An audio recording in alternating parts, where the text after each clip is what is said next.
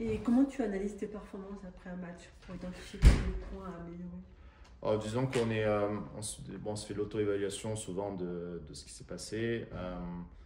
On sait à quel moment on a été bon. On Mhm. sait aussi à quel moment on a été un petit peu moins bon et pourquoi. C'est-à-dire que est-ce qu'on a été prêt, est-ce qu'on n'a pas été, on n'a pas eu une pensée parasite au moment où il s'est passé quelque chose qu'on a moins bien géré. Voilà, on se fait souvent notre auto-évaluation. Après, on a nos superviseurs qui regardent beaucoup de matchs, donc eux aussi nous font des retours sur notre façon de gérer certaines situations, notre façon de parler aux joueurs, notre façon d'avoir géré le temps entre les points, notre façon d'avoir géré une situation d'arrêt toilette pour les joueurs, où on a eu beaucoup de communication avec le talkie-walkie, avec les Une pause assistants de musicale match, aussi. ouais, une pause médicale, donc où là le superviseur vient au bord du cours et pour gérer cela. Donc voilà, on a tous ces retours-là, donc on analyse beaucoup les vidéos aussi.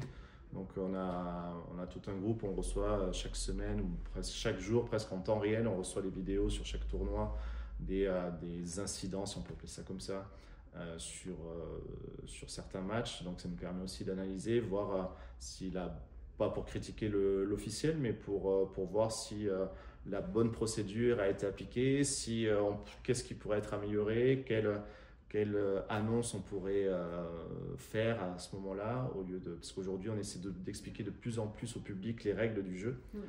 Donc c'est très américain ça aussi, parce que dans les sports comme le baseball, le football américain, on voit beaucoup l'arbitre central Mm. qui explique à la télé et tout au stade. Comme le rugby aussi. Voilà, exactement.